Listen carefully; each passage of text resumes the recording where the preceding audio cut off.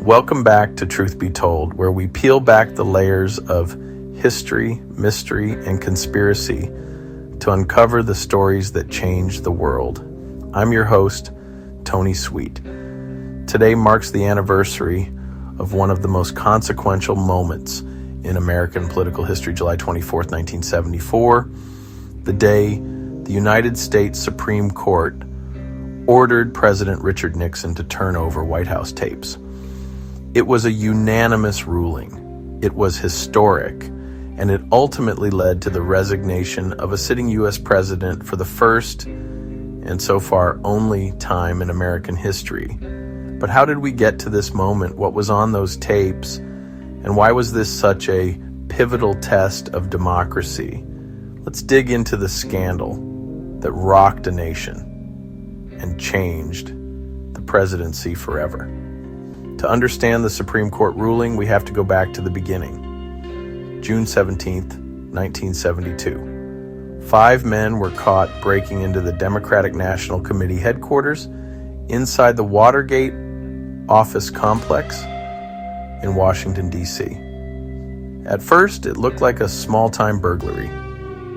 But soon journalists, especially the Washington Post's Bob Woodward and Carl Bernstein, began uncovering ties between the burglars and Nixon's re-election committee known as CREEP, the Committee to Re-elect the President. What followed was a trail of hush money, secret recordings, and political sabotage. It wasn't just about the break-in. It was the cover-up that would become the real scandal. Fast forward to July 1973.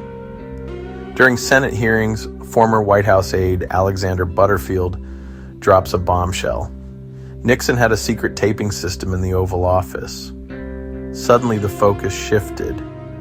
Everyone wanted to know, what did Nixon say behind closed doors? Did the tapes contain proof that he ordered the cover-up? In October of that year, Nixon refused to release the tapes, citing executive privilege, a president's right to keep internal communications confidential. But Special Prosecutor Leon Jaworski wasn't backing down. He subpoenaed the tapes. Nixon refused. What followed was the infamous Saturday Night Massacre, where Nixon ordered the firing of the special prosecutor and saw multiple Justice Department officials resign in protest. The nation was watching. The press was relentless. Congress was preparing for impeachment. Now we arrive at July 24th, 1974. In the case United States versus Nixon, the Supreme Court ruled 8-0, with Justice William Rehnquist recusing himself that Nixon must turn over the tapes. Chief Justice Warren Burger, a Nixon appointee himself, wrote the opinion. The court declared that no one, not even the president, is above the law. Executive privilege, they ruled, is not absolute, especially in a criminal investigation. This was a stunning blow to Nixon's defense. Within days, he handed over the tapes. And what was on them? One of the tapes, recorded on June 23rd, 1972, became known as the smoking gun. On it, Nixon is heard instructing his chief of staff, H.R. Haldeman, to use the CIA to obstruct the FBI's investigation. It was irrefutable proof of obstruction of justice. That tape destroyed the last shreds of support Nixon had in Congress, even among Republicans. Within 2 weeks, the House Judiciary Committee voted to recommend impeachment. And on August 8th, 1974, Nixon went on national television to announce his resignation, effective the next day.